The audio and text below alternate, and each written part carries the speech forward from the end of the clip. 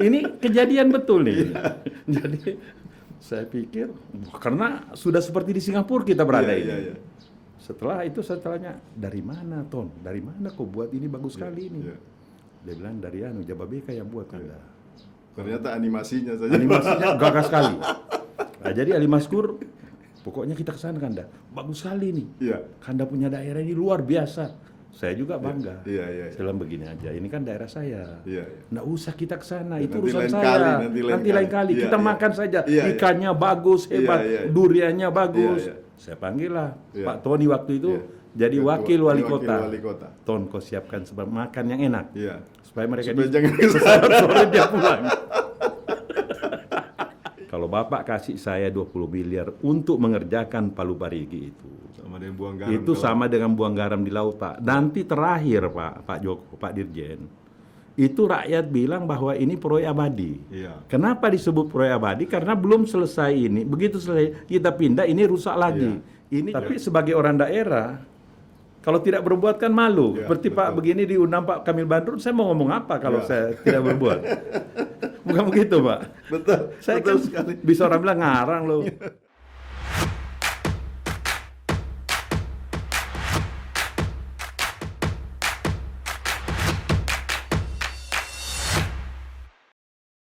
Bismillahirrahmanirrahim. Pemirsa di mana saja kalian berada, Assalamualaikum warahmatullahi wabarakatuh. Waalaikumsalam warahmatullahi. Jumpa lagi di podcast Kabar 68, kabar untuk semua. Kali ini di studio kami menghadirkan seorang tokoh yang sangat luar biasa, politisi, pengusaha politisi yang suksesnya cukup luar biasa. Beliau adalah Bapak Haji Muhyiddin M. Said SE MBA, Wakil Ketua Badan Anggaran DPR RI yang saat ini merupakan putra terbaik dari Sulawesi Tengah. Kita sapa beliau. Assalamualaikum warahmatullahi wabarakatuh, Pak Muhyiddin. Waalaikumsalam Pak Kamil. Selamat datang di podcast Kabar 68. Terima kasih Pak. Saya hari ini merasa sangat tersanjung, bersyukur, bangga bisa bertemu dengan Pak Kamil, seorang tokoh pers nasional, khususnya di daerah ini, yang sangat luar biasa. Saya mengenal Pak Kamil ini sejak saya sebelum jadi anggota DPR. Ya, saya ingat sekali, kali ini adalah wawancara kedua. Iya. 32 tahun lalu saya pernah mewawancarai Bapak ketika sewaktu itu saya adalah wartawan pemula. Tepatnya di kantornya Bapak lantai 2 Jalan Juanda. Iya. Saat itu kita bertanya bagaimana kontribusi seorang pengusaha untuk kemajuan daerah. Dan seiring dengan perjalanan ternyata itu sudah diaplikasikan, sudah diimplementasikan oleh seorang Muhyiddin Said. Pak Muhyiddin, Bapak ini terkenal adalah seorang entrepreneur sukses. Kemudian tamat dan paripurna dalam segala bidang organisasi. Kita kenal ketika kuliah di Unpad, Bapak tergabung dalam Himpunan Mahasiswa Islam. Iya. Kemudian setelah itu Bapak menjadi ketua KNPI, kemudian HIPMI, Ketua dan HIPMI, Ketua Kadin Sulawesi ya, Tengah. kemudian pernah menjadi anggota MPR utusan Sulawesi Tengah Iya. selama 10 tahun ya, 12 tahun. 12 Dari tahun. 92 ke 2024. 2024. Bisa diceritakan karena masyarakat di luar sana tahu Pak Muhyiddin ini adalah terlahir dari orang tua yang pengusaha. Yeah. Kita kenal bagaimana orang tuanya Pak Muhyiddin itu adalah pengusaha ulung yang mampu menjual dan mendagangkan apa saja yang bisa menjadi kebutuhan masyarakat Kota Palu ketika itu. Iya. Jadi beliau ini adalah kelahiran Sopeng dan saat ini menjadi putra terbaik untuk Sulawesi Tengah. Bisa diceritakan Pak Muhyiddin, kenapa bisa beralih dari seorang pengusaha sukses kemudian memilih jalur ke politik? Wah, ini Pak Kamil ini kalau dicerita ini Sampai kalau besok pagi dibukukan ini bisa tiga semester kali. Iya. Tapi baiklah saya Ya. ringkaskan. Jadi ceritanya itu setelah selesai kuliah, sambil kuliah sebenarnya saya sudah jadi pengusaha. Ya. Karena memang jiwa saya ini jiwa entrepreneur. Saya melihat punya hobi itu saya ingin mempekerjakan orang. Jadi pada saat itu saya diminta jadi dosen. Ya. Bahkan diminta untuk sekolah lagi oleh gubernur pada saat itu, gubernurnya Pak Tambunan. Jadi bolak-balik itu Pak Sekwilda waktu itu, Pak Salata mengantar formulir. Ya. Sampai dimarah saya. Ya. Kenapa dia marah? Dia bilang orang minta beasiswa kamu dikasih, enggak mau. Ya. Saya bilang saya nggak bisa Pak. Saya mau jadi entrepreneur.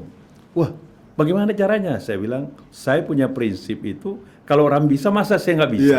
Itu prinsip saya. Karena tidak bisa orang dilahirkan itu langsung ada, langsung jadi.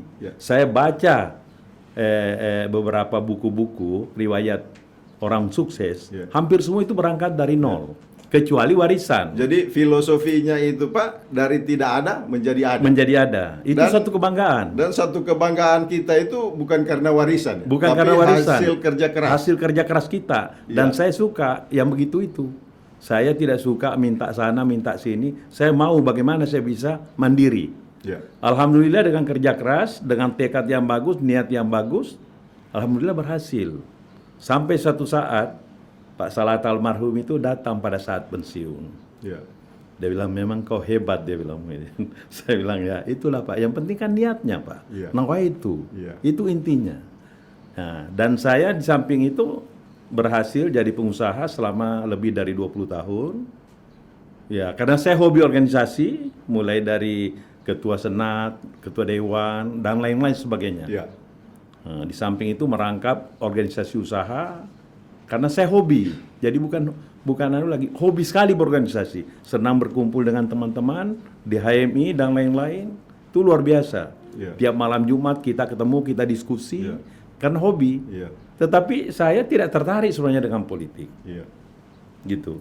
Kan dari silaturahim ini Pak, kan banyak yang bisa didapatkan. Iya, Kemudian justru itu. kita bisa bermaslahat bagi orang lain. Iya. Ya. Jadi komunikasi dan silaturahim ini terus dibangun. Ya itu yang saya bangun selama ini. Kemudian saya banyak kawan, saya berkomunikasi, saya jadi ketua HIPMI, akhirnya lebih luas saya punya pergaulan. Sampai di Jakarta dengan teman-teman yang sekarang ini jadi orang-orang hebat. Nah, itu juga banyak membantu saya di bidang politik. Ya. Jadi karena komunikasi, hubungan yang begitu bagus, kepercayaan yang begitu tinggi, akhirnya terjadilah seperti sekarang ini.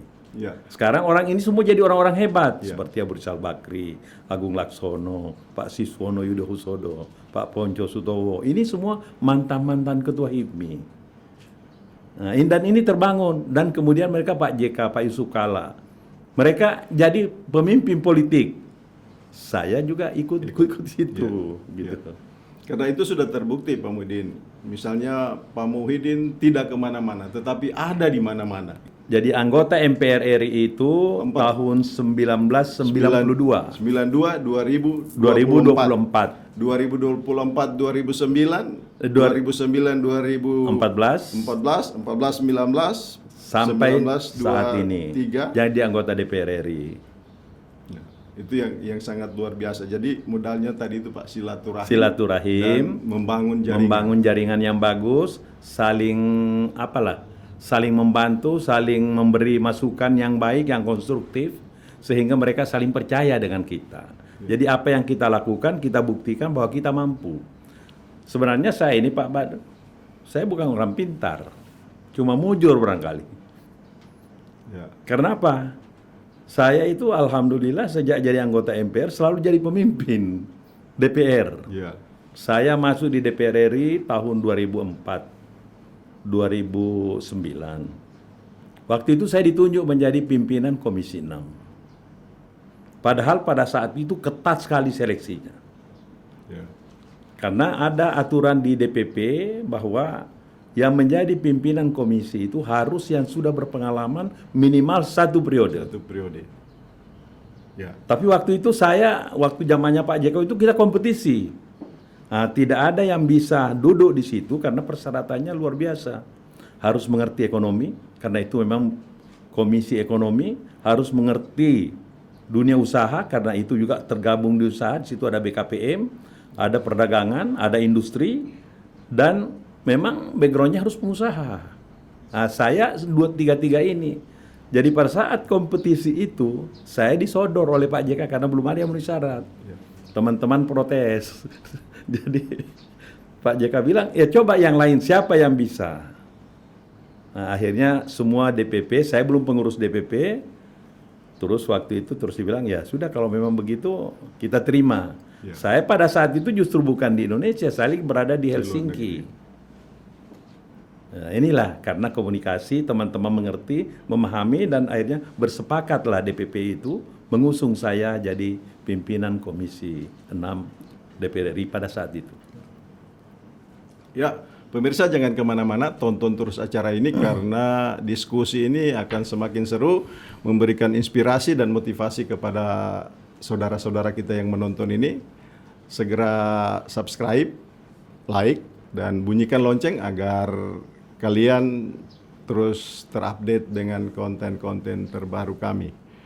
Pak Muhyiddin, 20 tahun menjadi anggota DPR. Dari 2000, di luar utusan anggota MPR, utusan daerah dari 2004 sampai 2024. Tentunya banyak kontribusi, banyak hal, dan banyak usaha kerja yang telah dilakukan. Misalnya ketika di Komisi 5, yang berkaitan dengan fasilitas dan infrastruktur. Kemudian ditambah lagi dengan Komisi 11 yang berkaitan dengan keuangan dan perbankan. Tentunya banyak kontribusi secara keseluruhan untuk skala nasional. Tetapi kita berbicara untuk Sulawesi Tengah. Misalnya dari sisi dana pemulihan ekonomi nasional, dianggarkan untuk tahun 2020-2022 itu 1.600 triliun untuk skala nasional.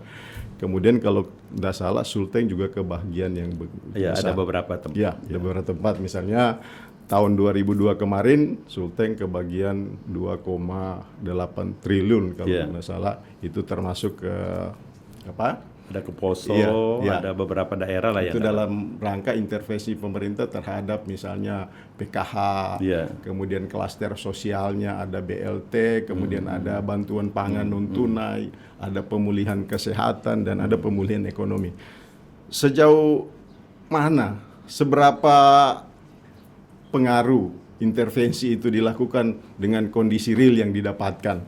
Kita secara sepintas, secara nasional dulu. Ya, baik. Jadi yang namanya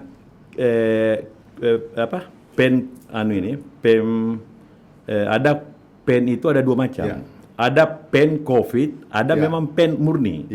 Kalau pen COVID itu pada tahun 2021-2022 itu tanpa bunga, hanya dipinjamkan, tidak perlu pakai bunga. Nah, ini sebenarnya paling bagus dipakai oleh daerah. Kenapa dilakukan itu? Karena negara menganggap pada saat COVID itu hampir semua fiskal daerah itu menurun. Pendapatan daerah menurun, tidak bisa tercapai. Di satu sisi masyarakat kita masih perlu infrastruktur. Itu namanya pemulihan ekonomi di bidang infrastruktur dan lain-lain yang masuk di dalam proyek strategi nasional. Seperti rumah sakit, jalan, dan lain-lain. Nah, ada pemulihan pen yang terkait langsung dengan seperti yang tadi itu yang dibilang Pak Padro, PKH, bantuan-bantuan sosial, ini banyak ini. Karena ini kenapa diberikan? Karena masyarakat kan tidak bisa bekerja. Maka memang kita di Badan Anggaran ini yang harus kita lakukan. Setiap tahunnya itu hampir 600 triliun. Jadi mungkin gara-gara intervensi pemerintah itu akhirnya menyebabkan kondisi pemulihan itu cepat terselesaikan. Lebih cepat terselesaikan. Kenapa yang tadi itu kita cepat lakukan? Pertama, daya beli masyarakat hilang. Kita butuh pertumbuhan, kita butuh lapangan kerja. Sehingga kita lakukan itu dan mendapat persetujuan dari Dewan Perwakilan Rakyat Republik Indonesia karena ada undang-undang yang undang-undang yang kita lakukan itu pemerintah menyerahkan Perpu, Peraturan Pemerintah Pengganti Undang-Undang Nomor 1 Tahun 2021, kemudian kita undangkan Nomor 2 Tahun 2021. Inilah yang memberikan landasan hukum kepada pemerintah bersama dengan DPR untuk menganggarkan itu.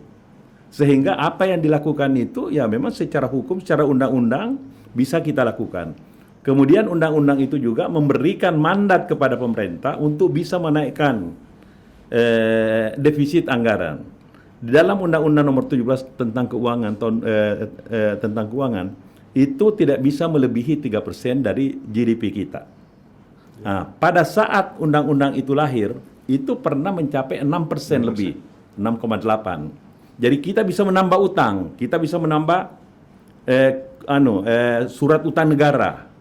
Nah, dan pada saat itu juga kita ada diskusi, kita ada kompromi dengan Bank Indonesia, burden sharing. Artinya semua belanja-belanja yang bersifat sosial ada kontribusi Bank Indonesia dan pemerintah dibagi, kewajiban Bank Indonesia juga harus ada dan kewajiban negara juga harus ada. Jadi Bank Indonesia tidak semata-mata menjadi bank yang berdiri sendiri. Pada saat perdebatan itu sangat luar biasa. Karena IMF mengikuti kita, World Bank mengikuti kita. Jadi kita katakan bahwa kenapa dilakukan peningkatan ini atau burden sharing ini, sedangkan undang-undang tentang bank sentral itu sebenarnya tidak bisa. Jadi kita berdebat, kita dengan teman-teman Bank Indonesia, kita katakan bahwa ini kebijakan, ini COVID ini bukan kemauan pemerintah, bukan kemauan rakyat. Ini turun, tidak ada yang menginginkan. Masa pemerintah dalam keadaan sulit, negara dalam keadaan sulit, mau dibiarkan mati. Padahal kita punya uang di Bank Indonesia. Akhirnya ya saling pengertian, maka Bank Indonesia diberikan kewenangan membeli surat utang negara pada pasar. Dulu kan hanya boleh di pasar di luar lah, tidak bisa langsung membeli. Sekarang boleh membeli. Kalau kurang uangnya, kita berikan kesempatan kepada Bank Indonesia. Itulah keberhasilan dan alhamdulillah Indonesia termasuk negara 5 besar pemulihan ekonomi terbaik di dunia. Ini sangat luar biasa. Ini kita pandemi. Kita juga harus memberikan apresiasi kepada pemerintah bersama dengan seluruh stakeholder yang ada bahwa negara kita itu termasuk negara yang tidak pernah melebihi utangnya di atas GDP kita. Luar biasa sekali.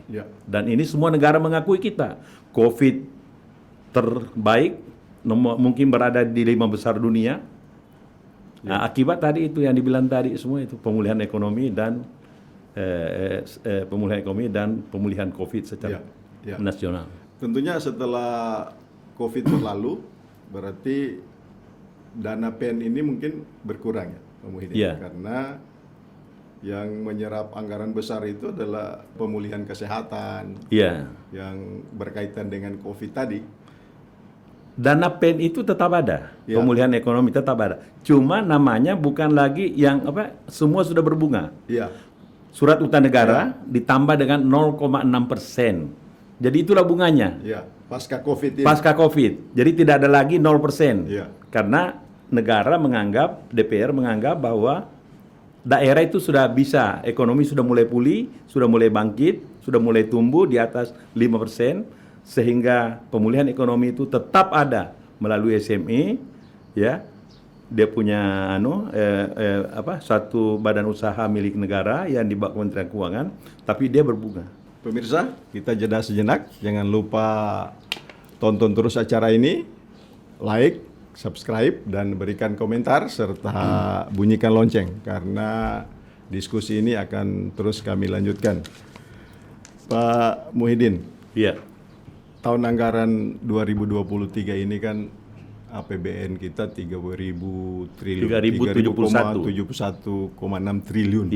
Itu sasaran prioritasnya ini kan di penghujung pemerintahan Jokowi. Itu sasaran prioritasnya itu kemana? Apa yang disasar dengan anggaran 3.000 triliun itu jadi sasaran prioritasnya apa? Yang pertama sasarannya itu menyelesaikan proyek strategi nasional yang sudah menjadi program pemerintah Jokowi Ma'ruf Amin. Dari 3.000 triliun itu ada nggak disisihkan untuk IKN? Ada, tapi belum banyak. Tidak sebesar misalnya 500 sekian triliun baru itu. Kalau saya tidak salah itu kurang lebih 18 triliun. 18 triliun. Karena yang diutamakan itu kantor pemerintah yang masih terbatas, karena di IKN ini nanti tidak seperti di Jakarta. Nanti kantor-kantor ini dibangun tidak harus full seperti di Jakarta. Jadi dibangun itu bangunan-bangunan bertingkat, tempatnya di situ. Ya. Kota smart. Ya, smart city. Jadi dari 3.000 triliun itu apa yang selain menyelesaikan bengkalai program untuk masa kepemimpinan saat ini, apa yang menjadi prioritas? Ya, prioritas kita itu ya pertama yang saya bilang tadi itu menyelesaikan program-program strategi nasional. Kemudian ya tentu di situ ada terkait dengan pendidikan tetap ada kesehatan 5%, infrastruktur ya. Kemudian kementerian lembaga dan lain, kemudian kepolisian, apalagi menjelang pemilihan umum. Ini seperti kepolisian cukup besar, karena itu persiapan pengamanan dan lain-lain. Kemudian dari KPU, Bawaslu, ini juga cukup menyerap anggaran puluhan triliun. Kemudian juga pertahanan keamanan, saya kira ini juga memerlukan biaya yang cukup. Jadi saya kira itu yang paling penting ya, di samping itu menyelesaikan belanja-belanja belanja pegawai yang masih harus kita lakukan, karena ada belanja pegawai ini masih tetap berjalan seperti biasa. Kemudian di samping itu yang menjadi prioritas lagi, di samping yang paling penting sebenarnya itu bagaimana menyelesaikan program-program sehingga tahun 2024 nanti itu selesai semua. Akhir tahun 2024 semua program Joko Widodo itu, Ma'ruf Amin itu diharapkan selesai. Jadi sekarang ini tahun 2024, anggaran tahun 2024 sudah harus penyelesaian. Sekarang semua menuju ke sana ini, anggaran ini. Ya. Ya, Pak Mudin, tadi kita bicara soal skop nasional secara keseluruhan. Coba kita menarik benang secara parsial dulu. Misalnya Pak Muhyiddin ini kan putra terbaik dari Sulawesi Tengah, kan? Iya. Kelahiran Sopeng 7 Oktober. Iya. Bertepatan hari ini hari Sabtu. Kalau tidak salah Pak Muhyiddin lahir hari Sabtu ya? Ya. Kalau harinya sih saya tidak tahu. Saya lihat-lihat itu di... Rupanya Pak Kamil ini juga luar biasa dia punya. makanya Pak Muhyiddin ini hadir di tempat ini bertepatan dengan hari kelahiran, ya, Sabtu. Alhamdulillah. 7 Oktober. Tidak usah disebutkan tahunnya. Ya jangan, itu rahasia. Iya, karena kita ini kan masih anak muda semua. Masih anak muda semua. Ya. Jangan selalu berpikir tua. Iya. Makanya saya Pak tidak sebutkan tahunnya. Jangan. Jadi 7 Oktober kelahiran hari Sabtu. Iya. Itu. Jadi jangan. Setelah karena kita masih merasa muda. Itulah. Apalagi kan usia menurut itu WHO kan usia itu di usia hidup harapan itu harapan masih hidup tinggi. itu dinaikkan ya. Pak Mudin, kita tarik ke KOP Sulawesi Tengah. Sulawesi Tengah ini kan belum mampu membangun dirinya sendiri tanpa campur tangan dari pusat. Kita akui, meskipun kita punya sumber daya alam banyak, tetapi tanpa intervensi pusat, kita belum mampu bergerak lebih cepat untuk mencapai kemajuan. Apa yang dikontribusikan selama ini untuk Sulawesi Tengah? Baik ketika Pak Muhyiddin ketika masuk di DPR 2004, misalnya di bidang Komisi 5, Komisi 6 pertama. Komisi 6, kemudian komisi-komisi berikutnya. Apa yang telah dikontribusikan? Misalnya infrastruktur jalan. Jalan itu kan mendesak sekali. Betul. Jadi pada saat tahun 2004-2009 itu waktu itu Pak Rusdi yang sekarang gubernur ini jadi wali kota. Beliau itu waktu itu saya lihat cukup bagus ide-idenya. Kita sadari pada saat itu kita itu adalah penghasil rotan terbesar di Indonesia. Tapi tidak dimanfaatkan dengan bagus. Karena kita ekspor barang mentah. Akhirnya saya berpikir saya minta sama Ibu Mari membuat kebijakan bahwa semua daerah produksi baru boleh mengekspor. Kemudian semua daerah produksi rotan, dia dibantu untuk membuat produktif minimal setengah jadi. Maka lahirlah dulu itu sekolah rotan. Saya kira Bapak masih ingat. Saya. Cuma saya sedih. Begitu saya tidak jadi Komisi 6, hilang. Tidak ditindaklanjuti. Nah, ini salah satu, ini mungkin masyarakat nggak tahu ini. Ini salah satu persoalan kita, Pak. Ketika ganti pemimpin, Iya. ganti juga programnya. Itu sebenarnya nggak Padahal bisa. Ada program sustainable di Iya. sana. Ketika hal yang bagus itu harus dilanjutkan. Iya, seharusnya. Siapapun pendahulunya dan siapapun pelanjutnya. Jangan kita berpikir bahwa itu dibuat oleh wali kota yang lalu. Iya, iya. Seharusnya kita teruskan itu. Iya. Karena itu pertama, bahan bakunya dari daerah kita. Iya. Sampai pada saat itu saya dengan Bu Mari mengurus mendatangkan pengrajin dari Cirebon. Sampai pergantian Menteri Perindustrian yang dijabat oleh Pak Hidayat masih kita jalankan. Iya. Setelah itu hilang, saya sendiri karena sudah pindah komisi, saya sudah mengikuti. Kemudian kita waktu itu saya membangun menjadi ketua panja kawasan ekonomi khusus. Saya itu ketua panjanya, Pak. Lahirlah kayak. Nah, jadi ini ceritanya menarik. Iya. Pada saat itu saya jadi ketua, Ibu Mari Menteri Perdagangan, penanggung jawab. Jadi kita ambil sampel mengunjungi daerah yang memang sudah siap. Kita ke Dumai. Daerahnya udah siap, infrastrukturnya udah siap, pelabuhannya udah bagus. Kemudian kita ke sini. Pada saat expose, luar biasa sekali. Pak Paliujo gubernurnya, kata sambutan. Kemudian Pak Rusdi selaku wali kota menyampaikan persentase. Hampir semua teman rombongan saya itu terkagum-kagum melihat. Iya. Sampai saya dibisi namanya dulu itu Ali Maskur. Iya. Mas Musa. Ali Maskur Musa dari PKB. Ketua, kita pergi lihat. Wah, saya juga bingung. Ini kalau Dawe pergi lihat, stres juga saya ini. Ini kejadian betul nih. Jadi saya pikir karena sudah seperti di Singapura kita berada ini. Iya. Setelah itu saya tanya, dari mana Ton? Dari mana kok buat ini bagus sekali ini? Iya. Dia bilang dari Jababeka yang buat Anda. Ternyata animasinya saja. Animasinya gagah sekali. Nah, jadi Ali Maskur, pokoknya kita kesana Kanda. Bagus sekali nih. Iya. Kanda punya daerah ini luar biasa. Saya juga bangga. Iya. Saya bilang begini aja, ini kan daerah saya. Iya. Nggak usah kita ke sana, Ya, itu nanti urusan lain saya. kali, nanti nanti lain lain kali. kali. Kita Iya, makan saja. Iya. Ikannya bagus, hebat. Iya. Duriannya bagus. Iya. Saya panggil lah Iya. Pak Tony waktu itu Iya. jadi Ketua- wakil wali wakil kota. wali kota. Ton, kau siapkan sebab makan yang enak. Iya. Supaya mereka Supaya jangan ke sana. Sore dia pulang. Iya. Ini betul Pak Kamil ini. Iya. Ya toh? Karena itu Pak saya alami, saya punya teman investor datang ke sini, minta ke sana, kita dapat di sana Pak sapi semua yang ada. Yang ada itu Pak, Muhyiddin cuma pintu gerbangnya saja. Apalagi- setelah itu dalamnya sapi semua. Apalagi pada saat awal itu, Ah, toh. itu. Bayangkan tahun 2007 itu. Betul. Jadi, Ton, kau atur makan. Diaturlah makan di tempatnya siapa itu? Maranu di Ya. pinggir pantai. Wah, cari ikan yang enak. Iya.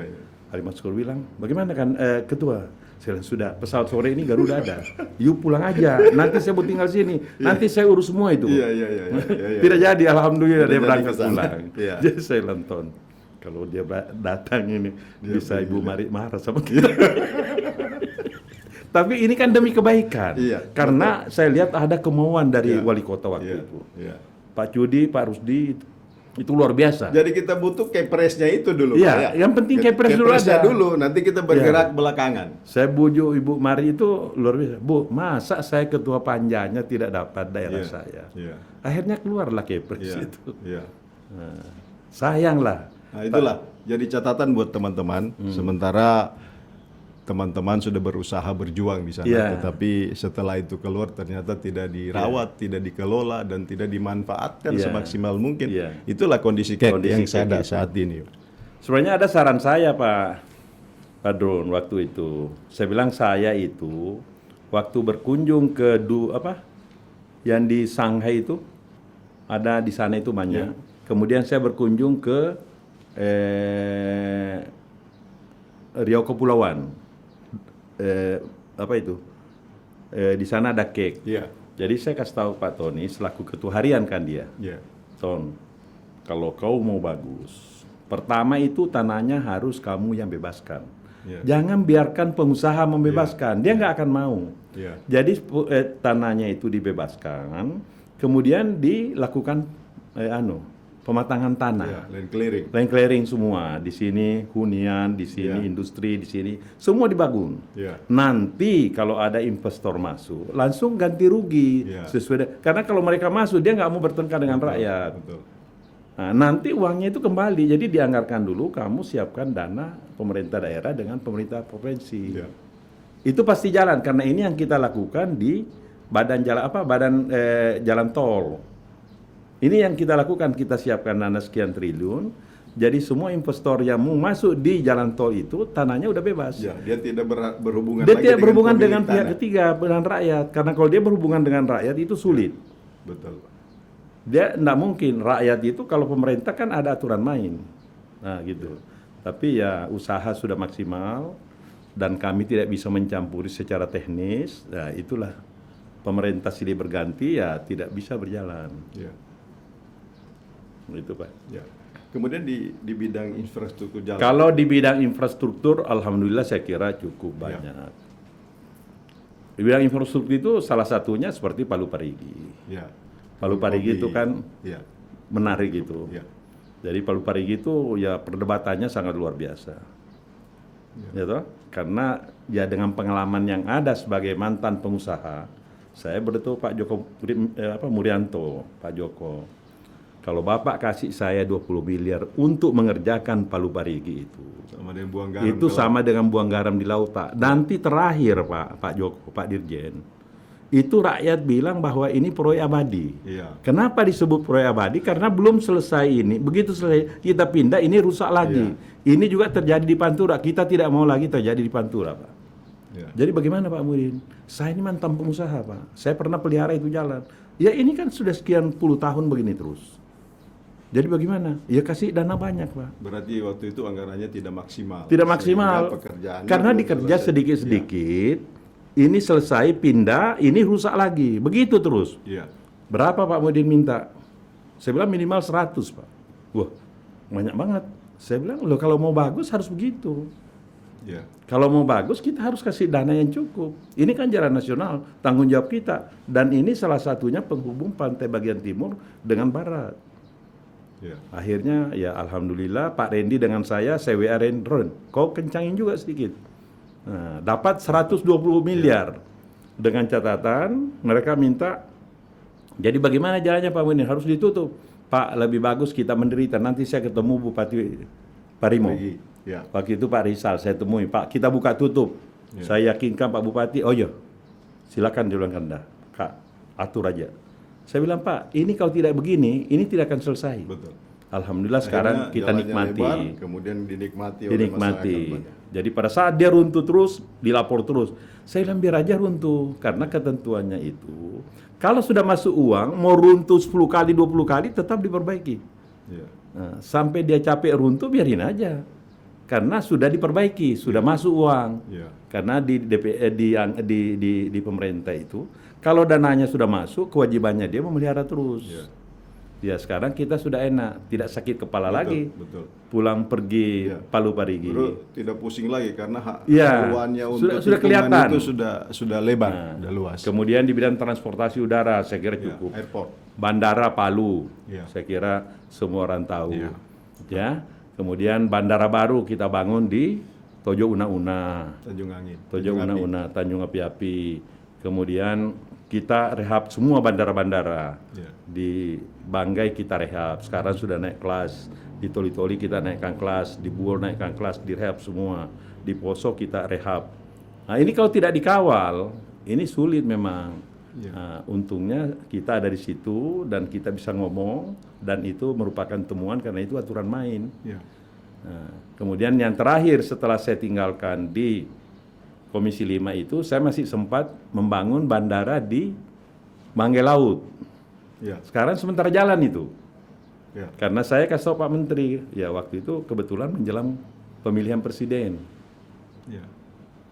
Saya kasih tahu Pak Menteri, ya saya bilang Pak Menteri, mohon maaf, saya punya daerah itu termasuk daerah tertinggal. Jadi kalau Pak Menteri tidak memperhatikan, itu artinya sama dengan kementerian ini tidak sepaham dengan ya nawacita Jokowi. Ya. Dan saya tidak mau Jokowi kalah di daerah saya. Ya, Nah, ini ya. Ada unsur politik. ada unsur politiknya. Malu, Pak. Iya, iya. Tapi kalau saya ngomong, ternyata daerah ini sudah menjadi daerah otonomi baru. Iya. Yang namanya otonomi baru itu punya undang-undang, kewajiban pemerintah, kewajiban negara membiayai. Iya. Apalah arti potensi ini kalau tidak punya infrastruktur, Iya. bandara, pelabuhan, dan lain-lain. Iya. Jadi bandara Tojo Una-Una, Banggai Laut dengan Banggai Kepulauan itu bandara pelabuhannya nggak ada. Dan saya yakin tidak ada yang pernah datang ke sana di pejabat eselon 1 ini. Iya. Jadi tolonglah Pak, supaya Jokowi menang di daerah saya juga. Alhamdulillah disetujui. Kemudian mungkin satu yang ketinggalan dalam bidang infrastruktur, kita punya dermaga, Iya, pantoloan. iya. Dermaga kan ditambah terus. Iya. Jadi dermaga kita itu kan ditambah terus. Tambah terus. Kemudian Donggala waktu itu juga kita mintakan dana. Iya. Kemudian dermaga di Mantangisi kita pindah di sana itu kita pindahkan karena hanya dipakai setengah tahun. Iya. Bandara yang dekat kota kita pindahkan ke Mantangisi. Jadi dermaga baru. Kemudian dermaga di Banggai kita rehab semua. Sekarang kan jadi bagus. Sudah kayak bandara modern, pelabuhan modern. Iya. Kemudian di banyak pelabuhan-pelabuhan kecil di pulau-pulau di Tojo Una-Una. Terakhir ini di Lebiti Lebiti kita Jadi saya kira kalau mau dihitung satu-satu Pak cukup banyak lah. Banyak sekali. Jadi oleh karena itu saya juga kalau ke daerah-daerah itu saya tidak merasa canggung bertemu dengan pemerintah, dengan rakyat. Karena saya jelaskan mereka ini yang saya sudah lakukan. Ya, makanya seperti yang saya bilang tadi, Pak Muhyiddin ini meski tidak kemana-mana, tetapi ada di mana-mana. Ya, itu yang sangat luar biasa kelihatannya. Pak Muhyiddin, ini kan Sulawesi Tengah ini kan dalam beberapa tahun terakhir ini kan pertama nilai investasinya masuk cukup besar. Kemudian pertumbuhan ekonominya Cukup luar tinggi. biasa, 12, sekian, jauh di atas pertumbuhan ekonomi nasional. Tetapi itu tidak berjalan beriringan dengan angka kemiskinan. Iya. Misalnya angka kemiskinan juga coba tambah naik. Terlalu tinggi. Iya. Iya. Apa yang tidak pas atau ada something wrong ini? Jadi Apa yang jadi terima kasih. persoalan ini? Ini memang menarik. Iya, ya. iya. Yang pertama, daerah kita ini hanya tiga daerah yang punya potensi pertumbuhan ekonomi. Morowali. Morowali Utara dan Luwu. Banggai. Iya. Banggai lah. Iya. Ya. Nah ini dan itu pun hanya di bidang tambang. Iya. Daerah lain ini kan boleh dikata ya stagnan bahkan minus. Iya, betul. Nah, ini sebenarnya yang harus dilakukan. Jangan kita hanya berpikir tambang. Ya, terpaku dengan tambang. Lihat tambang semua. Ya. Itu nggak bisa. Ya. Daerah ini semua punya potensi. Ya. Sehingga saya selalu katakan, seperti Parimo, kalau bisa jadi lumbung pangan. Ya. Kalau ini bisa berjalan dengan bagus, dan ini yang selama ini kita bina, saya sekarang banyak membina di sana, terutama di daerah-daerah trans, ya. Bantuan-bantuan pertanian itu sangat luar biasa dan ini harus fokus sehingga betul-betul pemerintah itu jangan berpikir lain, berpikir bagaimana berbicara soal tanaman pangan di Sulawesi Tengah ini, di situ ada Donggala, di situ ada Parimo, itu jauh lebih bagus. Jadi kita jangan selalu berpikir harus ada tambang, karena itu juga salah satu kontribusi terbesar dalam rangka pertumbuhan ekonomi. Kalau bisa kita lakukan dengan baik. Takutnya Pak Muhyiddin ketika misalnya, oke lah misalnya sekarang moratorium daerah otonomi baru, tapi ketika keran DOP itu dibuka, kemudian pisah dari Sulawesi Tengah ini mau jadi apa? Kalau tidak mulai sekarang misalnya didorong misalnya wilayah barat Donggala itu ada pertanian tanaman pangan. Kemudian pesisir Donggala sampai Parimo itu ada garis pantai yang panjangnya cukup luar biasa, tapi tidak ada pergerakan ke sana. Ya itulah Pak. Sekarang ini kalau kita lihat potensi kita itu cukup bagus. Betul. Ya, bantuan-bantuan untuk UMKM, pertanian, nelayan ini luar biasa. Sekarang tinggal apa? Kita mau kemana sebenarnya ini? Jangan selalu berpikir seperti saya katakan tadi, seperti Donggala, itu suatu hal yang luar biasa. Apa yang kurang di Donggala itu? Donggala ini nanti daerah penyangga utama IKN. Saya kasih tahu teman-teman, ini Donggala kalau kita bisa rawat, kita urus dengan bagus, di situ bisa kita buat perkebunan yang bagus. Menyiapkan buah-buah saja nanti untuk IKN itu bukan sedikit. Betul. Karena di sana nanti ada jutaan orang yang akan pindah. Yang diperkirakan tahun depan itu lebih dari 1 juta orang. Tahun 2024. Kalau ini kita lakukan, belum lagi kontribusi ternaknya. Ya. Ini semua bisa dilakukan di Sulawesi Tengah. Dan buah di Sulawesi Tengah itu sekarang sudah cukup bagus. Bisa berkompetisi dan harga karena kita jaraknya dekat. Ya. Dan ke depan nanti akan dibangun satu pelabuhan penyeberangan, penyeberangan namanya di Tambu. Nah ini mulai dari sekarang masyarakatnya, Pemdanya sudah harus melakukan diversifikasi usaha. Ya. Itulah Pak Muhyiddin, agar daerah kita ini tidak misalnya bangga dengan pertumbuhan ekonomi 12%, padahal hanya disuplai oleh 3 daerah tadi. Sementara kita ternina-bobokan dengan kontribusi 3 daerah itu. Kita tidak mau menggarap sektor-sektor produktif kita yang ada itu, misalnya pertanian tanaman pangan, kemudian peternakan, kemudian perikanan. Kan sampai sekarang tidak ada. Kita sekarang juga bingung, apa roadmap-nya daerah ini apa? Kayak kapal ini mau dibawa kemana ini Pak Muhyiddin? Apa yang harus kita dorong dan dilakukan ini? Pak Kamil kan lebih paham. Ya. Ya kan? Karena memang apa yang disampaikan Pak Kamil ini betul. Sebenarnya potensinya cukup. Ya. Tinggal sekarang bagaimana mengarahkan. Betul. Karena pemerintah pusat jujur ya, apa yang kurang? Meminta bibit ada. Meminta pupuk ada. Dana malah Dana ada. Alat-alat pertanian cukup besar. Ya. Apa yang kurang? Betul. Jadi tinggal bagaimana mengarahkan. Ya. Bagaimana masyarakat ini kita memberikan pengarahan, kita berikan penyuluhan. Penyuluhan yang bayar pusat. Ya. Cuma mungkin tidak terarah. Ini yang perlu dilakukan sekarang Ya. ini. Jadi kalau itu semua dilakukan, mungkin seperti tadi itu, angka kemiskinan bisa kita tekan, ya. Kemudian lapangan kerja bisa kita buka. Betul. Ini semua bisa kita lakukan. Ya. Tinggal bagaimana pemimpin. Di sini ada dinas. Dinas itu pengawasannya di mana? Ini yang harus dilakukan oleh dinas-dinas. Kemudian sinergi antara kabupaten. Ya, kota antara dengan kabupaten yang provinsi. lain. Jangan sudah umpama Sigi itu yang saya selalu katakan, Sigi itu cukup bicara pertanian dan ternak. Tapi kelihatannya ini Pak Muhyiddin ini pas memang sudah menjadi eksekutor tahun berikutnya ini. Nah, cocok lagi selama ini kan sudah 20 tahun lebih berjuang Pak menyuarakan aspirasi untuk membangun daerah, tetapi eksekutornya kelihatannya ini. Bagaimana itu Pak? Sebenarnya begini Pak.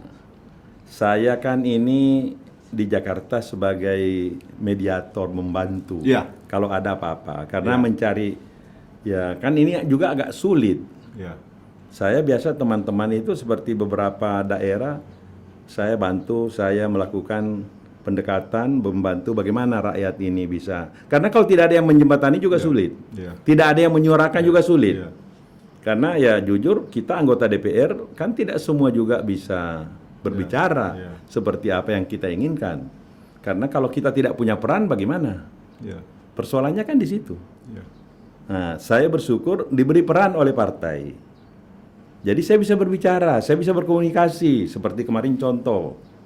Ya, di Poso.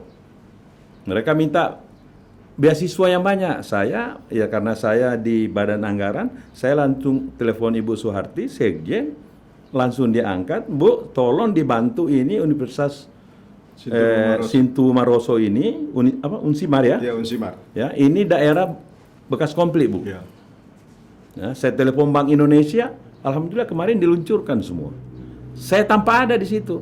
Saya cuma saling video call, ucapkan selamat. Karena tadi itu Pak, jaringan telah terbangun, kemudian silaturahim terus berjalan, dan komunikasi bagus. Komunikasi bagus. Itu yang saya rasa senang, sudah jalan, sudah diterima, bahkan pimpinan Bank Indonesia Sulawesi Tengah datang ke sana, saya cuma video call dengan anak mahasiswa. Selamat ya, semoga dimanfaatkan dengan baik. Kemudian nanti akan turun lagi beasiswa dari Kementerian Kemendikbud, ya, yang selama ini mungkin kecil, insya Allah akan bertambah. Karena saya sudah minta supaya saya beritahu Bu Sekjen, itu daerah bekas konflik. Ya, kalau kita tidak memberi perhatian khusus, tidak bisa sama dengan daerah lain. Jadi kita harus memberikan pemahaman betul. Karena mereka ini kan mengurus ratusan perguruan tinggi, Pak. Betul. Bahkan barangkali ribuan perguruan tinggi Indonesia. Iya. Jadi kalau kita tidak ikut aktif, ya sulit. Karena di DPR itu sebenarnya relatif sekali kerjanya. Mau aktif dan tidak aktif tidak ada yang larang kita. Tapi sebagai orang daerah, kalau tidak berbuat kan malu. Ya, Seperti betul. Pak begini diundang Pak Kamil Badrun, saya mau ngomong apa kalau saya tidak berbuat? Bukan begitu, Pak. Betul. Saya betul kan sekali. bisa orang bilang ngarang loh. Betul sekali. Pemirsa jangan kemana-mana, tonton terus acara ini. Diskusi masih akan terus berlanjut. Jangan lupa like, subscribe, dan berikan komentar. Pak Muhyiddin, kita coba bicara yang rileks-rileks dulu. Iya. Pak Muhyiddin ini kan sekitar 40-50 tahun ya jadi pengusaha yang sukses, kemudian jadi politikus yang sukses. Misalnya dari sisi finansial sudah mapan, dari sisi spiritual juga sukses, kemudian dari sisi hubungan sosial juga sangat luar biasa, kemudian dari sisi intelektual sangat luar biasa, menyelesaikan studinya misalnya di Jakarta Institute of Management Studies ya. Iya. Ya, itu sangat luar biasa. Kemudian 20 tahun di Senayan dan tetap konsen, tidak pindah-pindah di partai. Sementara kalau kita lihat kejadian di kiri kanan ini kan partainya kalau lompat-lompat. Iya. Apa yang Bapak Pak Muhyiddin lakukan dan apa yang Pak Muhyiddin rasakan? Jadi begini, berpartai itu kan suatu pilihan. Iya. Kemudian harus ada kesamaan ideologis. Iya. Ya saya di Golkar sudah ada kesamaan itu. Ya. Karena saya merasa kalau saya di Golkar dengan platform Golkar itu karya kekaryaan untuk berbuat sesuatu untuk bangsa dan negara. Ya. Khususnya daerah dan lain-lain yang kita wakili. Ya. Disinilah tempatnya. Karena Ya. kita tidak saling mengenal di Golkar itu oposisi. Ya. Tidak saling menyerang, tapi kita mencari solusi yang terbaik. Apa yang harus kita lakukan untuk kepentingan rakyat, kepentingan masyarakat, kepentingan daerah. Ya. Nah, di sini yang saya merasa cocok dan tidak membedakan satu sama lainnya. Nah, jadi saya merasa nyaman di situ dan ya alhamdulillah karena selalu diberi kepercayaan Ya. melaksanakan tugas dengan bagus. Saya sekarang ini diberi tugas Ketua Pemenangan Pemilu Wilayah Sulawesi. Ya. Jadi saya merasa bahwa itu nyaman buat saya. Jadi untuk apa lagi saya pindah yang belum tentu saya tahu. Ya. Nah, oleh karena itu berpartai itu sekali lagi saya katakan itu pilihan. Kalau kita sudah berpartai, itulah pilihan kita. Mau apa itu partai ya namanya pilihan. Karena kalau ada sesuatu tidak cocok itu kan paling-paling antara pimpinan dengan orangnya. Itu bukan partainya yang salah. Ya. Karena orang ini bisa berganti, pimpinan bisa berganti. Tapi platform partai, visi misi partai itu tetap sama. Itu saya merasa cocok. Dan itu yang membuat Pak Muhyiddin tetap konsisten. Ya, tetap konsisten di situ itu. Ya. Karena dari experience yang ada, misalnya dari pengalaman yang kita lihat, jarang Pak. Iya, Orang sampai berturut-turut di partai yang sama. betul. Banyak Dan sekali. Banyak sekali. Belum selesai satu Ya, lagi. pindah lagi belum selesai. Saya merasa kalau itu ya masyarakat juga bisa menilai kita. Iya, akhirnya jadi tontonan yang Jadi tidak tontonan bagus yang di tidak depan bagus. publik. Bagaimana kita memberi pembelajaran, Ya. ya kan? Ya. Kalau memang sudah tidak suka di situ ya kita mundur. Betul. Tidak usah jadi politisi lagi. Ya, tidak usah masuk lagi Ya, ke jadi partai lain. karena kita mau mengabdi kepada masyarakat Ya. sesuai dengan platform partai, Ya. dengan ideologi partai. Itu di situ kan partai nasionalis religius. Jadi tidak membedakan si A dengan si B, dia dari mana, bagus sekali. Hubungan kami cukup bagus. Jadi itu yang membuat saya menarik di situ itu. Ya. Kemudian Pak, ini kan tahun politik. Kemudian 2024 ada pemilihan legislatif dan pemilihan presiden. Ya. Kemudian di akhir 2024 ada pemilihan kepala daerah. Iya. Ini kan 4 periode jadi legislator Pak. Tidak ada keinginan misalnya melihat kondisi Sulawesi Tengah saat ini. Daerahnya cukup kaya, investasi banyak masuk, tapi tingkat kemiskinan masih sangat kadang kita miris, kita membanggakan di satu sisi, kita membanggakan ratusan triliun yang masuk di sini, Iya. tetapi kita lihat angka kemiskinan cukup naik. Seharusnya kan ketika pertumbuhan ekonomi naik, ini turun. Iya. Tapi ini kok jalan beriringan. Berarti ada sesuatu yang salah. Pak Muhyiddin, apakah Bapak tidak tertarik misalnya maju untuk 2024 dalam rangka membenahi Sulawesi Tengah secara eksekusi? Karena kalau misalnya kita hanya sekedar bersuara, menyampaikan, itu kan tergantung eksekutornya. Dia mau eksekusi enggak? Ya. 2024. Karena dari 4 tadi saya hitung kan, punya pengalaman yang cukup panjang, mapan dari 4 sisi tadi, kemudian punya banyak sekali Pak Mudi. Sulteng butuh tangan-tangan terampil, butuh eksekutor yang handal untuk membenahi posisi ini. Kalau tidak Pak, saya yakin ketika Balantak Raya jadi, ketika Morowali jadi, Sulteng minus Pak. Karena tidak ada yang digerakkan ini. Kita lihat misalnya hasil panen petani jadi apa. Kemudian hasil buah-buahan jadi apa. Kan? Kemudian hasil perikanan jadi apa. Belum ada yang menjamin. Jadi ini pertanyaan yang susah dijawab. Jadi barangkali lebih bagus kita clearkan dulu pilegnya. Ya, oke. Baru kita diskusi lagi nanti. Baru kita diskusi lagi. Baru Oke, kita diskusi lagi. kita deal Pak. Ya. Kita sukseskan dulu. Kita sukseskan Pileg kan dulu masih pilegnya. ada rentang waktunya masih panjang. Masih cukup panjang. Ya. Masih pileg kita hadapi, kita konsentrasi karena Ya. partai kita menginstruksikan supaya sukseskan pileg. Ya. Setelah pileg baru kita konsentrasi dan itulah ukuran Ya. untuk ke tahun 2020. Ya, kita diskusi lagi nanti November. Pak. Ya. Kita sharing lagi Pak. Kita sharing. Soal 2024. 2024. Ya, jadi kita sama-sama sukseskan dulu pemilihan legislatif dan pemilihan presiden. Amin. Setelah itu kita diskusi lagi untuk Ya, Sulteng ya. lebih maju. Karena banyak yang berkeinginan. Nah, Ya. itu yang saya biasa kalau banyak berkeinginan itu saya juga senang lihat. Ya. Siapa tahu ada yang beritikat baik. Karena semua kan beritikat baik Ya. ini. Tapi banyak Pak beritikat baik sebatas teori. Kan teori itu tidak seindah aslinya Pak. Dan bagaimana Pak Muhyiddin Ini melihat? kalau wartawan itu penilaiannya cukup Ya. fokus, cukup Ya. tajam. Luar biasa. Ini luar biasa. Apalagi sekelas Pak Kamil Badrun ini. Susah kita karena pengalamannya juga cukup. Ya. Saya kira kalau wartawan di Palu, Sulawesi Tengah ini sudah susah yang bisa menandingi sekelas Pak Kamil ini. Ya. Sudah cukup pengalamannya juga luar. Jadi pertanyaannya tajam juga. Dan oleh karena itu saya katakan bahwa saya hari ini merasa ya ada kebanggaan. Ya. Saya diundang ke sini dan saya bersyukur bisa tampil di sini, Ya. bisa berdialog langsung dengan Pak Kamil dan tentu menyapa masyarakat Sulawesi Ya. Tengah. Pak Muhyiddin ini kan terakhir saya lihat perolehan suara terakhir 94,779 atau 94,799 suara pileg terakhir. Jadi 94,779 Iya. atau 94,799. 94 ya?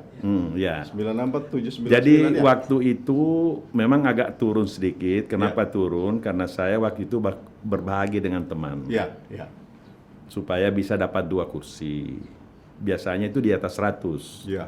Belum pernah Ya. Ya, tapi itulah saya pikir ya karena berbahagi saya tidak forsir supaya teman-teman bisa kerja juga. Ya. Tapi ternyatanya lain yang terjadi ya seperti sekarang, tetap juga satu yang terpilih. Mudah-mudahanlah ke depan ini saya kasih tahu teman-teman, ya saya akan kerja keras lagi Ya. supaya mengembalikan Ya, suara untuk suara-suara untuk tahun 2020, tahun 2014 yang lalu bisa naik lagi. Ya, kemudian Pak Muhyiddin di akhir masa jabatan 2009-2024 apa kontribusi real untuk masyarakat Sulawesi Tengah? Pak Kamil, saya sekarang ini berada di Komisi 11. Ya, Komisi 11 itu mitranya pertama Kementerian Keuangan, kemudian Bappenas, Bappenas, Kepala BPPN, kemudian Bank Indonesia, kemudian seluruh lembaga-lembaga keuangan dan non-bank, OJK, BPK, pemeriksa-pemeriksa semua ini, termasuk kami yang mem-fit and proper test dan memilih, termasuk Gubernur Bank Indonesia, Deputi Senior, Deputi, kemudian para Dewan Komisioner OJK, BPK, kemudian lembaga penjaminan simpanan, itu semua mitra kerja kami. Ya. Jadi yang kami banyak lakukan itu pertama pembinaan usaha kecil. Ya. Kami punya program di Bank Indonesia itu namanya program bantuan sosial Bank Indonesia. Ini banyak yang kita lakukan. Ya. Itu yang kami sudah bantu.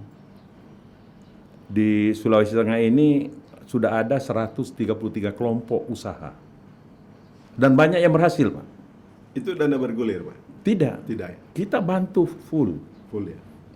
Sesuai dengan mereka kita minta membuat suatu kelompok-kelompok usaha. Ya. Dan banyak yang berhasil. Ada satu contoh yang paling menarik itu ibu dosen itu ya. Siapa namanya itu? Burger itu. Dia buat ini luar biasa, Pak. Saya terharu juga lihat. Ini ibu, suaminya dosen Unpad, doktor tamatan Jerman. Dari rumah produksi 10 biji. Pertama itu dia membuat itu waktu mereka sekolah di Göttingen, Jerman. Begitu turun bantuan-bantuan ini kita mencari siapa yang kita mau bantu.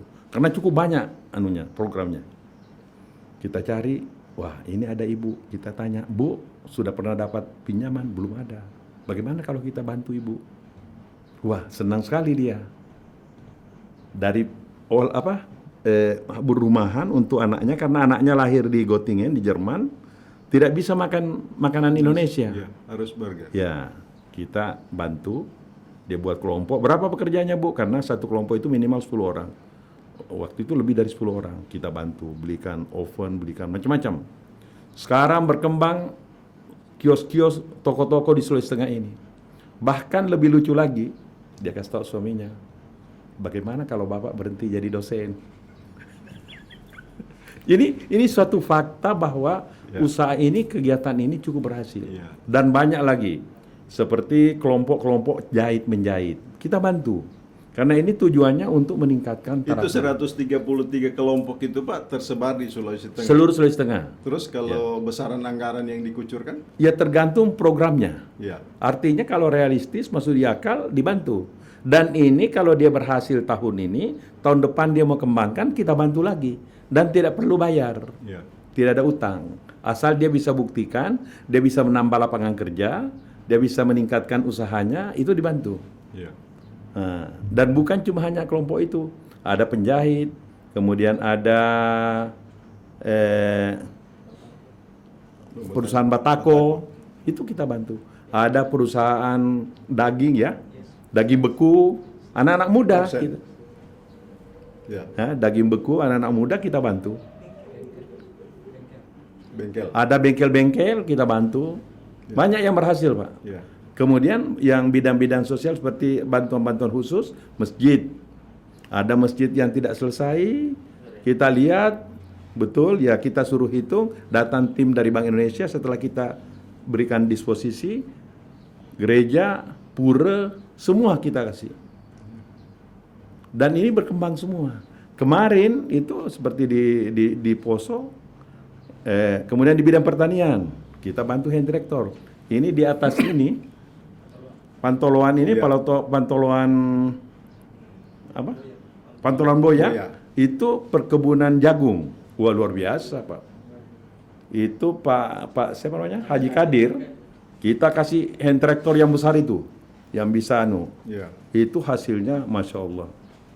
Luar biasa. Dan itu akan terus berlanjut, Pak? Akan terus berlanjut. Kalau dia kembangkan, meningkatkan kelompoknya, kita bantu lagi lebih besar. Ya. Karena ini tujuannya semua, pertama meningkatkan taraf hidup rakyat. Kedua, menjaga inflasi. Sampai petani cabai kita bantu.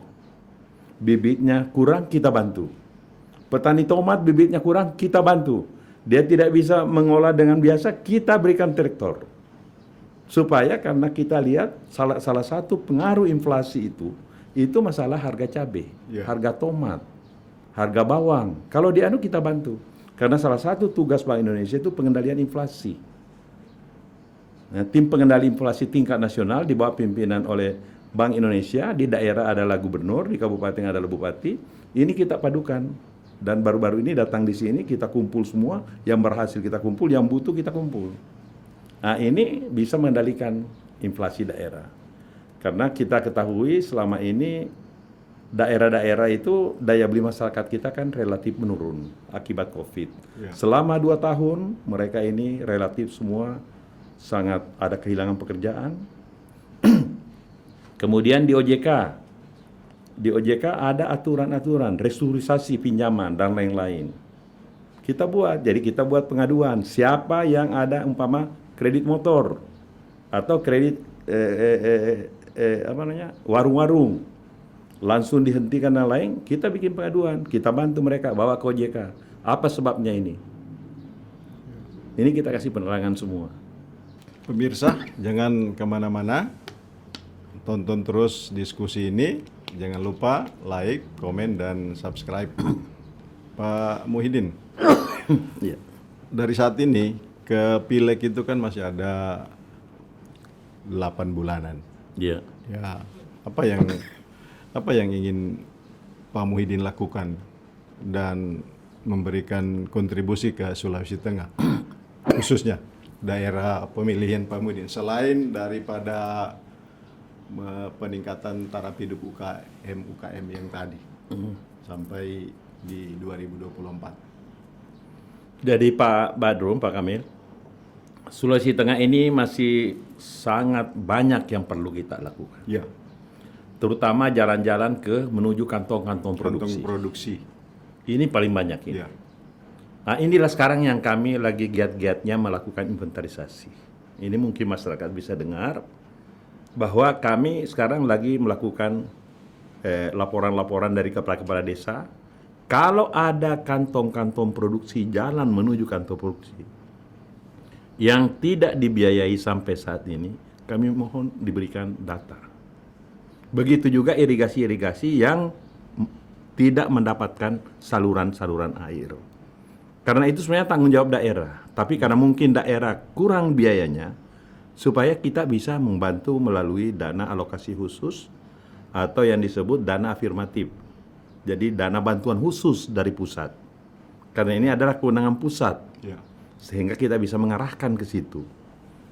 Nah, ini yang harus kita lakukan. Karena ini paling banyak masyarakat inginkan. Betul. Jadi jalan-jalan yang di daerah-daerah yang tidak terjangkau, ya sehingga Presiden sendiri baru-baru ini melakukan kunjungan, saya kira seperti dilihat yang viral di televisi, itu, dan saya kira seluruh Indonesia itu. Nah, untunglah turun impres khusus itu. Impres menyangkut masalah dana-dana infrastruktur yang terkait dengan proyek-proyek strategi nasional yang tidak mendapatkan bantuan. Nah, ini yang kita lakukan seperti di Sigi, jalan yang menghubungkan daerah-daerah Sulawesi Selatan dengan Luwu Timur. Luwu Timur. Karena satu-satunya kabupaten itu yang tidak punya jalan nasional. Nah, ini saya sudah ajukan, mudah-mudahan bisa disetujui. Kemudian jalan yang menghubungkan daerah ada beberapa daerah itu yang daerah terpencil yang memang sudah masuk jalan strategi nasional, tapi belum bisa karena dananya sangat terbatas. Hampir kurang lebih 90 miliar lebih. Insya Allah ke depan bisa disetujui, begitu juga di Poso, jalan-jalan begitu. Jadi memang kita masalah jalan ini sangat sulit, ya. Oleh karena itu saya selalu katakan bahwa kalau kita tidak bicara di Jakarta, tidak punya orang yang mereka tidak pernah melihat dan sulit, tidak pernah Pak, sulit. Ini nih. Kenapa saya selalu katakan saya di Jakarta? Karena ini yang saya lihat persoalannya. Persoalan yang menjembatani teman-teman ini. Ya, saya bersyukur seperti tahun kemarin di Banggai Kepulauan, Pak Ihsan datang, PRT-nya. Saya minta cepat. Alhamdulillah bisa terpenuhi semua. Di Buol, pejabat bupati. Karena ini juga tergantung beliau-beliau semua. Kalau dia mau berkomunikasi, masa kita yang termasuk pemimpin daerahnya, Iya. pemimpin daerahnya berarti. ini kuncinya ada sama pemimpin daerah. Ya, Kami di Jakarta kalau mereka datang kami perhatikan. ya, Kenapa di Parigi banyak kita perhatikan? Karena memang waktu zamannya pemimpin daerahnya. ya aktif sekali. Jadi Parigi itu cukup bagus lah, apalagi infrastrukturnya saya kira bagus. Tahun ini cukup banyak kita berikan bantuan. Ya. Kemudian rumah-rumah yang tidak layak huni kita berikan ribuan satu tahun. Pak Muhyiddin, luar biasa bincang kita di sore hari ini. Tentunya di akhir diskusi ini yang menonton kita ini cukup banyak. Ya. Tentunya selaku masyarakat Sulteng butuh sepatah kata dari Pak Muhyiddin, penyampaian atau apalah yang mereka ingin dengarkan dari wakil mereka yang saat ini telah banyak berjuang dan hasilnya telah mereka nikmati untuk mereka dengarkan. Ya. Terima kasih Pak Kamil. Sekali lagi saya ucapkan terima kasih. Saya bisa hadir di sini. Saya berpesan bahwa kita tidak bisa berhenti berjuang demi kemajuan daerah kita. Karena siapa lagi kalau bukan kita-kita semua. Ya. Dan harus selalu memberikan kontribusi pemikiran dan informasi. Karena kalau kita hanya berbicara tidak memberikan masukan, saya juga punya keterbatasan. Sulawesi Tengah ini satu daerah yang paling sulit dijangkau di seluruh provinsi. Ya. Ada 13 kabupaten kota yang sangat berjauhan. Ya, luasnya Ya. 61.000 Ya, kilometer lebih persegi. luas daripada Jawa Barat. Ya. Penduduk kurang lebih 3 juta. Ya. Jawa Barat Dan penduduknya fasilitas infrastrukturnya masih sangat. masih sangat. Jadi saya terbatas. Saya besok ke Parigi, mungkin lusa sampai di Motong dan lain-lain. Dan ini kan garis pantainya lebih 400 kilo. Ya. Saya menyerahkan mobil ambulans, menyerahkan bantuan-bantuan sosial kepada masyarakat yang membutuhkan. Ya. Jadi cukup banyak lah. Ya. Dan ini memang mereka minta. Karena saya lihat ada yang dipikul kalau dia sakit. Kasihan saya lihat. Saya perjuangkan, ya alhamdulillah bisa dapat. Karena kalau kita tidak ada yang berbicara, siapa lagi di antara kita semua? Ya. Kemudian mungkin ada yang disampaikan Pak kepada anak-anak muda yang produktif, Iya. yang butuh inspirasi agar mereka misalnya bisa mendapatkan hal yang mereka inginkan, tidak tergantung menjadi pegawai negeri, Iya. mengembangkan misalnya potensi entrepreneurnya. Itu saya kira paling penting ya. Para anak muda yang sekarang ini lagi menuntut ilmu, jangan selalu berpikir menjadi pegawai negeri. Ya. Saya pernah memberikan kuliah umum di Unsi Marposo. Di Indonesia itu lebih dari 1 juta mahasiswa selesai kuliahnya tiap tahun. Yang bisa terserap lapangan kerja tidak lebih dari 10%. Oleh karena itu, kalau kita semua berpikir mau jadi pegawai negeri, ini nonsen.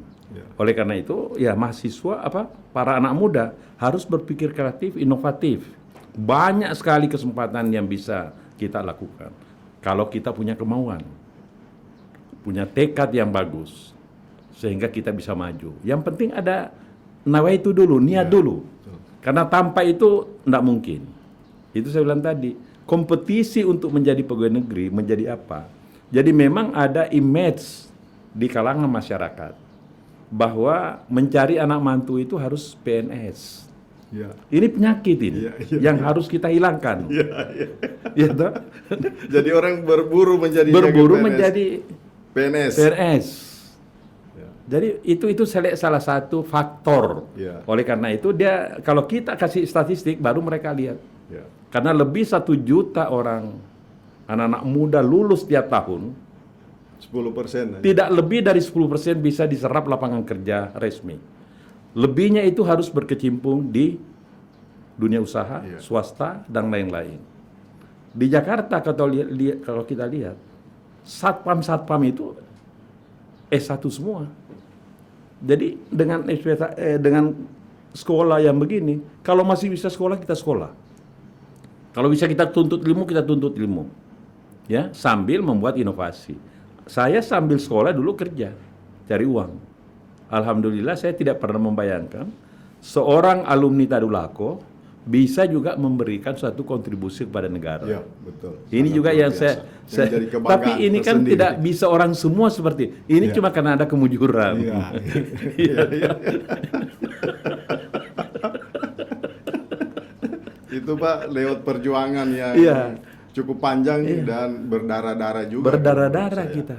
Ini Jadi satu ini kebanggaan. bukan ibarat menerima warisan. Bukan menerima warisan. Ini perjuangan Ya. dengan penuh dengan suka dan duka. Dan hasil perjuangan itu ternyata indah. Iya, indah. Dan ada kebanggaan Iya. bahwa kamilah yang berbuat untuk ini. Keberhasilan ini dari kita usaha sendiri. Jadi ini saya biasa jadi testimoni di mana-mana. Iya. Begitu juga di partai. Iya. Kenapa saya bisa terpilih ulang? Biasanya kalau ada penataran juru kampanye di DPP Golkar, saya yang jadi testimoni. Kenapa bisa terpilih terus? Iya. Nah ini artinya suatu kebanggaan bagi kita semua juga. Iya. Bahwa tanpa kerja keras itu saya kira omong kosong semua. Oleh karena itu tidak bisa tidak, kita harus kerja, kerja dan kerja, prestasi dan berprestasi. Ya, luar biasa pemirsa. Demikian bincang kami dengan seorang tokoh nasional asal Sulawesi Tengah yang telah banyak memberikan kontribusi terhadap negara dan daerah ini. Banyak yang disampaikan untuk menjadi inspirasi dan terus memotivasi kita agar selalu bermanfaat bagi orang lain dan berguna memberikan kontribusi bagi kemajuan kita dan daerah kita di masa yang akan datang. Demikian bincang kami pada sore hari ini. Sekian, billahi taufiq wal hidayah. Wassalamualaikum warahmatullahi wabarakatuh. Terima kasih banyak. Waalaikumsalam. Wassalamualaikum warahmatullahi wabarakatuh. Terima kasih banyak. Sudah.